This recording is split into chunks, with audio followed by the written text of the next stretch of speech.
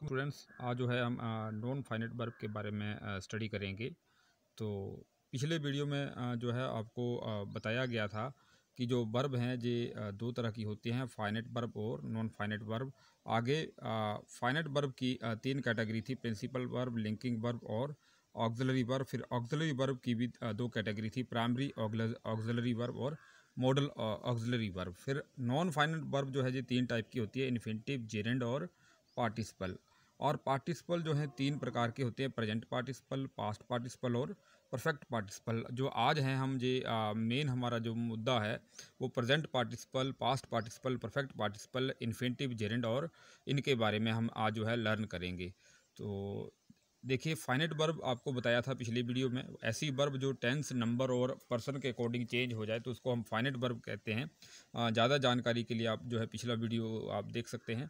उसके बाद non finite verb क्या थी, इसकी भी आपको डेफिनेशन क्लियर की थी कि ऐसी वर्ब जो है जो टेंस, नंबर और पर्सन के अकॉर्डिंग चेंज ना हो, उसको हम नॉन फाइनाइट वर्ब कहते हैं। जैसे जहाँ पे ये लाइक मेन वर्ब है, जहाँ पे देखिए जो लाइक है हमारे पास ये मेन वर्ब है, और उसके बाद प्लेइंग जो है ये है हमारी नॉन फाइनाइट वर्ब, जो चेंज नहीं हो रही है। चाहे देखिए I like playing games, he likes playing games, जहाँ पे देखिए हमने क्या किया है कि जो है पर्सन चेंज कर दिया है, तो लेकिन जो है प्लेइंग बदल नहीं रहा है। तो ये वर्ब कौन सी हुई है, नॉन फाइनाइट वर्ब। ऐसी वर्ब जो ना तो टेंस के चेंज होने पर बदले, ना पर्सन के, ना नंबर बदलने पर बदले, उसको हम कहते हैं non finite verb. Non finite verb की जो क्वालिटी होती है, ये नाउन का कार्य भी करती है, एडजेक्टिव का कार्य भी करती है और एडवर्ब का कार्य भी करती है। तो देखिए, अब हम सबसे पहले जो है इसके अंदर हम हैं इन्फिनिटिव के बारे में पढ़ेंगे, क्योंकि हमने पढ़ा था कि जो नॉन फाइनाइट वर्ब है ये तीन प्रकार की होती हैं, नॉन इन्फिनिटिव, जेरेंड और पार्टिसिपल। अब इसको करने से पहले स्टूडेंट्स हम एक बात को लर्न करना चाहेंगे, सेंटेंस की स्ट्रक्चर क्या होती है। देखिए, जब भी हम कोई सेंटेंस देखते हैं उसका जो स्ट्रक्चर होता है ये ऐसे होता है, सब्जेक्ट प्लस वर्ब आएगी, फिर आएगा आपका जो ऑब्जेक्ट। अब ध्यान रखें, जो सब्जेक्ट होता है बच्चों, ये या तो नाउन होता है या प्रोनाउन होता है। इसी तरह से जो आपका ऑब्जेक्ट है ये नाउन होता है या आपका प्रोनाउन होता है, या नाउन इक्विवेलेंट भी होता है। जो सब्जेक्ट है आपका वो नाउन के समान होता है। इसी तरह से जो ऑब्जेक्ट है आपका जो होता नाउन होगा या प्रोनाउन होगा या नाउन इक्विवेलेंट होगा। तो ये हमारी सेंटेंस की स्ट्रक्चर होती है। अगर हम कोई भी इंग्लिश के अंदर सेंटेंस देखें, सब्जेक्ट और जो ऑब्जेक्ट है हमेशा नाउन या प्रोनाउन या नॉन इक्विवेलेंट होते हैं। तो इसका आप जो इसको ध्यान रखेंगे। तो देखिए, अब इन्फिनिटिव क्या होता है। इन्फिनिटिव में वर्ब की टू के साथ वर्ब की फर्स्ट फॉर्म जोड़ दो तो इन्फिनिटिव बन जाता है। जैसे मान लो हमने वर्ब की फॉर्म गो ले ली, तो गो के साथ अगर मैं टू जोड़ दूँ तो ये बन गया टू गो, तो ये है इन्फिनिटिव, इसको हम कहेंगे इन्फिनिटिव। तो देखिए यहाँ पे it acts as a noun, an adjective and adverb. जो इन्फिनिटिव होता है ये या तो नाउन का कार्य करता है, या एडजेक्टिव का कार्य करता है, या एडवर्ब का कार्य करता है। अब बात ये होती है कि स्टूडेंट्स, नाउन क्या होता है। नाउन जो है हमेशा किसी भी व्यक्ति का नाम, वस्तु का नाम, उसको हम नाउन कहेंगे। लेकिन एडजेक्टिव क्या होता है, नाउन की विशेषता बताने वाले शब्द को हम एडजेक्टिव कहते हैं। ऐसा शब्द जो हमेशा नाउन और प्रोनाउन के बारे में बताए तो वो क्या होगा, एडजेक्टिव होगा। लेकिन एडवर्ब क्या होगा, नाउन और प्रोनाउन को छोड़कर बाकी एक सेंटेंस के अंदर जितने भी वर्ड्स हैं उनकी जो विशेषता बताए उसको हम एडवर्ब कहते हैं। मतलब एडवर्ब हम कहते हैं तो एडवर्ब हर किसी की तारीफ कर देता है नाउन और प्रोनाउन को छोड़कर। मतलब एडवर्ब देखिए वर्ब को भी क्वालिफाई करता है, प्रेपोजिशन को भी क्वालिफाई करता है, एडवर्ब एडवर्ब को भी क्वालिफाई करता है, एडवर्ब एडजेक्टिव को भी क्वालिफाई करता है। तो चलिए हम, लेकिन जहाँ पे एडवर्ब के बारे में नहीं लर्न कर रहे हैं तो इसके लिए हम ज़्यादा डिस्कस नहीं करेंगे। तो मैं आपसे जो है इन्फिनिटिव की बात कर रहा था। इन्फिनिटिव क्या होता है, टू के साथ वर्ब की फर्स्ट फॉर्म अगर हम जोड़ दें तो वो इन्फिनिटिव बन गया। तो देखिए, मैंने बोला कि जो इन्फिनिटिव है ये नाउन, एडजेक्टिव और एडवर्ब का कार्य करता है। तो फर्स्ट सेंटेंस जहाँ पे लिखा है ही लाइक्स टू प्ले, तो यहाँ पे देखिए जो लाइक्स है ये ही आपका सब्जेक्ट आ गया और लाइक आपकी वर्ब आ गई, और ये जो टू प्ले ये आपका ऑब्जेक्ट आ गया, टू प्ले। तो यहाँ पे देखिए, ये मैंने आपको बोला है कि जो सब्जेक्ट और जो ऑब्जेक्ट है, जा तो वो नाउन होगा या ये प्रोनाउन होगा। तो यहाँ पे ये देखिए, ये हमारा जो है एक तरह से हमारा ये वो आ गया इसके अंदर जो टू प्ले है ये नाउन का काम कर रहा है जहाँ पे। तो देखिए हमें यहाँ पे ये पता चला कि जो हमारा एडवर्ब है ये नाउन का कार्य करता है। आगे देखिए, to sing is her hobby. Second sentence देखिए, टू सिंग जहाँ पे सब्जेक्ट आ गया, इज़ आपकी वर्ब आ गई और हर हॉबी जो है ये आपका जो है प्रोनाउन आ गया, हर जो है। तो टू सिंग यहाँ पे देखिए क्या हुआ, ये नाउन है। तो टू सिंग जहाँ पे आपका जो है ये नाउन का कार्य कर रहा है। तो जो आपका इन्फिनिटिव है ये नाउन का कार्य भी करता है।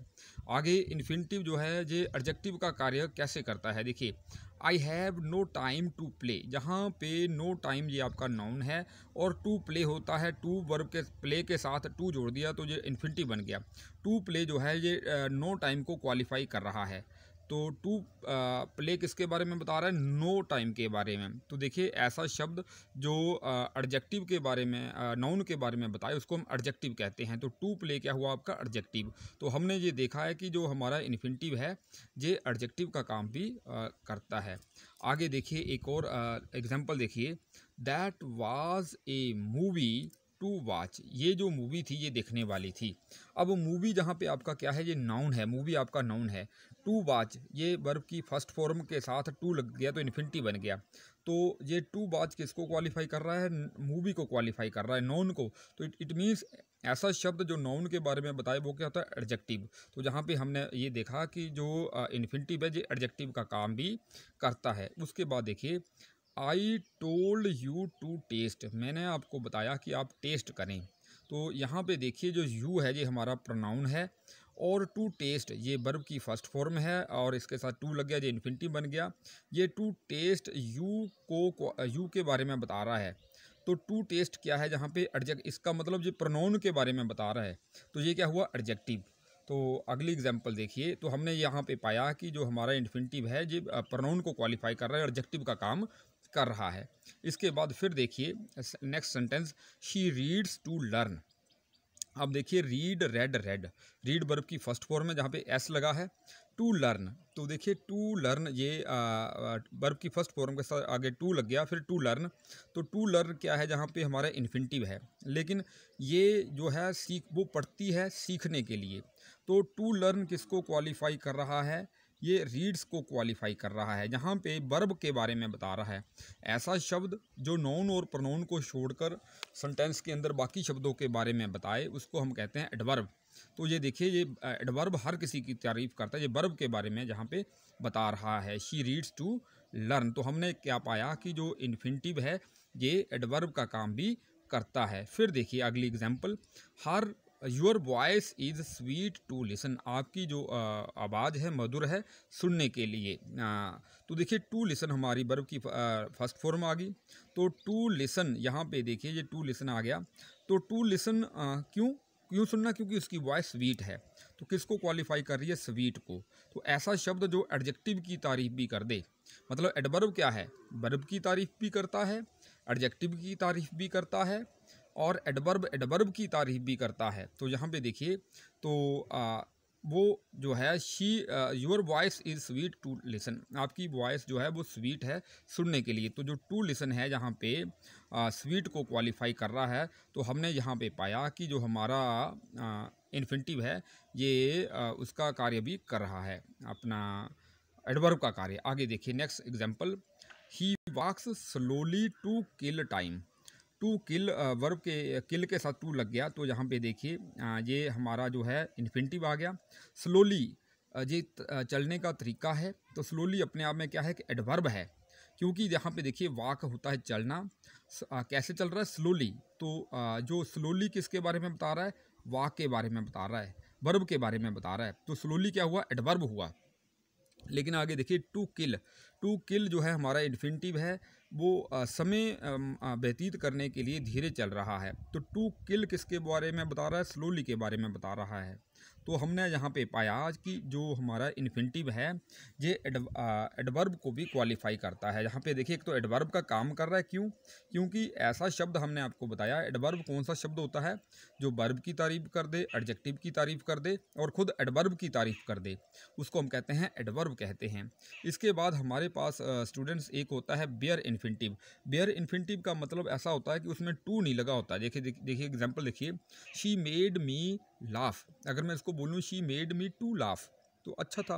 लेकिन जहाँ पे टू नहीं आएगा तो इस तरह के जो शब्द हैं जो वर्ब की फॉर्म में, जहाँ पे जो टू का आभास तो होता है लेकिन टू लगाया नहीं जाता, तो उस तरह के जो वर्ब की फर्स्ट फॉर्म होती है उसको हम बेयर इन्फिनिटिव कहते हैं। अब आप कहेंगे कि देखिए यहाँ पे वर्ब की दो फॉर्म हैं, एक मेड एक लाफ, ठीक है। मेक मेड मेड जी सेकंड फॉर्म है।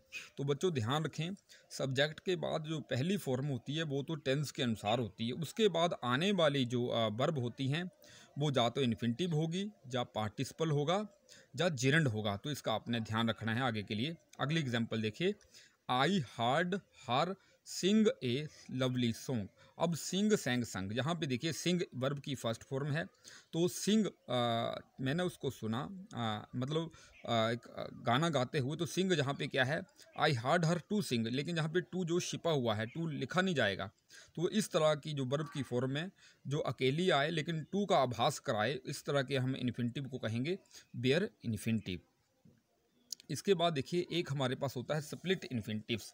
तो स्प्लिट इन्फिनिटिव की स्ट्रक्चर होती है two plus adverb plus verb की वी वन वर्ब की फर्स्ट फॉर्म। तो इस तरह की स्ट्रक्चर को हम कहते हैं स्प्लिट इन्फिनिटिव। देखिए यहाँ पे एक एग्जांपल है आपके सामने, you have to really listen her. तो टू आ गया आपका, रियली आपकी एडवर्ब आ गई, लिसन आपकी वर्ब की फर्स्ट फॉर्म आ गई। तो यहाँ पे देखिए जो हमारा टू रियली, ये टू आया, फिर रियली आया, फिर लिसन आया, तो ये स्ट्रक्चर बन गया। तो इस तरह के जो इन्फिनिटिव होते हैं उनको स्प्लिट इन्फिनिटिव कहते हैं।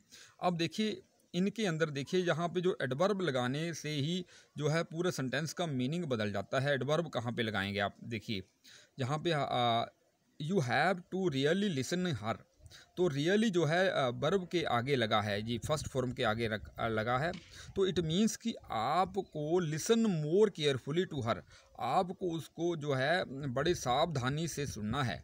मतलब you have to really listen her, मतलब सुनना है, उसको सुनना है, ठीक है, तो आपको सुनना है। आगे देखिए, अगर मैं रियली जहाँ पे जहाँ ना लगा के अगर मैं सीधा हैव के बाद लगा दूँ तो कैसे मीनिंग होगा, you have really to listen her, जहाँ पे जो हैव है जो रियली है एडवर्ब है, हमने क्या किया, टू से पहले लगा दी। अब तो इसका क्या मतलब है, इसका मतलब यह है कि it is important for you to listen. अब जो है हमारा जो सेंटेंस का स्ट्रक्चर है ये आपके लिए इम्पोर्टेंट है, अब मीनिंग बदल गया। देखिए एडवर्ब की पोजीशन चेंज करने से ही पूरे सेंटेंस का मीनिंग बदल जाता है। तो इसका मतलब ये हुआ कि आपके लिए बहुत इंपॉर्टेंट है उसको सुनना। तो इसलिए जब भी आप सेंटेंस के अंदर एडवर्ब का यूज़ करें तो आप थोड़ा ध्यान से यूज़ करें। तो अभी हमने ये जाना कि स्प्लिट इन्फिनिटिव क्या होता है। इसके बाद जो है हमारा जो है अगला होता है जिरंड। जिरंड कैसा होता है, जिरंड की जो स्ट्रक्चर होती है, ये वर्ब की B1 वर्ब की फर्स्ट फॉर्म के साथ ING लगा दो तो जिरंड बन जाता है। जिरंड का जो होता है हमेशा ये नाउन का काम करता है। तो जिरंड के बारे में हमेशा ये नाउन का फंक्शन करेगा। और जैसे जैसे एक एग्जांपल है, आई लव वॉकिंग, तो देखिए आई आपका सब्जेक्ट आ गया और लव आपकी वर्ब आ गई और वॉकिंग आपका क्या आ गया, नाउन आ गया। क्योंकि मैंने आपको बोला है जो सब्जेक्ट और ऑब्जेक्ट है या तो ये नाउन होंगे या ये प्रोनाउन होंगे, तो यहाँ पे ये नाउन का काम हो रहा है। आगे देखिए इसी सेंटेंस को आगे हम देखिए, walking is a good exercise, चलना एक अच्छी एक्सरसाइज है। वॉकिंग जहाँ पे सब्जेक्ट की जगह आ गया, ये वॉकिंग आपका सब्जेक्ट की जगह आ गया।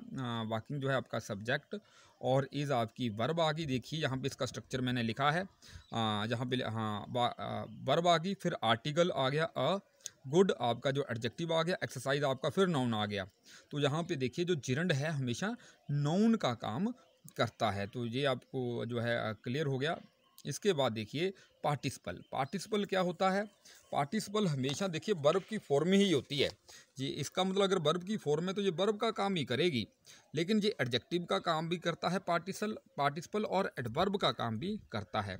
तो तीन तरह के हमारे पास पार्टिसिपल होते हैं, प्रेजेंट पार्टिसिपल, पास्ट पार्टिसिपल और परफेक्ट पार्टिसिपल। अब ये जो हैं, हाँ देखिए, तो प्रेजेंट पार्टिसिपल कैसे बनता है, वर्ब की B1 फॉर्म के साथ ING लगा दो, इसको वर्ब की फोर्थ फॉर्म भी कहते हैं या इंग फॉर्म भी कहते हैं। तो ये हमारा प्रेजेंट पार्टिसिपल बन जाता है। प्रेजेंट पार्टिसिपल आपका जो है वर्ब का काम करता है, या एडजेक्टिव का काम करता है, या एडवर्ब का काम करता है। जैसे देखिए, I saw a moving shop, मैंने एक चलती हुई दुकान देखी। इट मीन्स गाड़ी के अंदर वो दुकान होगी, तो I saw a moving shop. तो मैंने एक चलती हुई दुकान देखी। तो देखिए यहाँ पे जो आई है जो है मैंने शॉप, यहाँ पे जो मूविंग है, ये मूविंग देखिए स्टूडेंट्स, मूविंग आपका है प्रेजेंट पार्टिसिपल, मूव के साथ आईएनजी जुड़ गया तो ये आपका बन गया। हाँ, लेकिन शॉप क्या है, आपका नाउन है। तो जो मूविंग है ये नाउन के बारे में, शॉप क्या है, शॉप को क्वालिफाई कर रहा है कि चलती हुई दुकान। दुकान की खासियत क्या है कि वो दुकान चल रही है। तो देखिए, तो हमने यहाँ पे पाया कि जो प्रेजेंट पार्टिसिपल है ये आपका जो है एडवर्ब का काम करता है। जैसे मैंने बोला कि वर्ब का काम करेगा, एडवर्ब का काम करेगा और वर्ब, एडजेक्टिव और एडवर्ब तीनों का ये काम करता है। हाँ, तो जहाँ पे देखिए सा जो थी ये मेन वर्ब थी। आगे देखते हैं हम। फिर है पास्ट पार्टिसिपल। पास्ट पार्टिसिपल कुछ नहीं होता, ये वर्ब की थर्ड फॉर्म जो है उसको हम पास्टिसिपल बोलते हैं। ये तीन, ये भी वर्ब का काम भी करेगी, एडजेक्टिव का काम भी करेगी और एडवर्ब का काम भी करेगी। अब यहाँ पे देखिए, यहाँ पे एक ये सेंटेंस लिखा है, there is a broken window. Window जो है जहाँ पे ये नाउन है, तो लेकिन खिड़की कैसी है, टूटी हुई खिड़की है। तो ब्रोकन ये वर्ब की थर्ड फॉर्म है, ये बता रही है कि खिड़की टूटी हुई है। तो हमने यहाँ पे ये पाया कि जो पास्ट पार्टिसिपल है ये एडजेक्टिव का काम भी करता है। आगे देखिए, फिर I have finished my lunch. तो जो माई है ये प्रोनाउन है, जहाँ पे मेरा भोजन। तो फिनिश वर्ब की जो है थर्ड फॉर्म है, पास्ट पार्टिसिपल है। ये बता रहा है कि मैंने अपना जो लंच है इसे ख़त्म कर लिया, इसके बारे में। तो हमने यहाँ पे ये पाया कि पास्ट पार्टिसिपल जो वर्ब की थर्ड फॉर्म है ये एडजेक्टिव का काम भी करती है। इसके बाद देखिए परफेक्ट पार्टिसिपल। परफेक्ट पार्टिसिपल क्या होता है, हैविंग लगाना है और उसके बाद वर्ब की थर्ड फॉर्म। ये कहाँ पे होता है, जब एक एक्शन ख़त्म होने के बाद दूसरा एक्शन शुरू हो जाए तो उसको हम कहते हैं परफेक्ट पार्टिसिपल। जैसे मान लो कि मैं एग्जांपल देता हूँ, मैं खाना ख़त्म करने के बाद मैं स्कूल गया। तो दो एक्शन है, एक तो मैंने खाना ख़त्म किया या अपना खाना खाया, उसके बाद मैं स्कूल गया, तो दो एक्शन हुए। Having taken my meal I went to school, तो ये बन गया परफेक्ट पार्टिसिपल। देखिए जहाँ पे एग्जांपल लिखी है एक, ही टुक हिज ब्रेकफास्ट, उसने अपना ब्रेकफास्ट लिया। ही वेंट टू शॉप, तो यहाँ पे ये दो एक्शन हैं।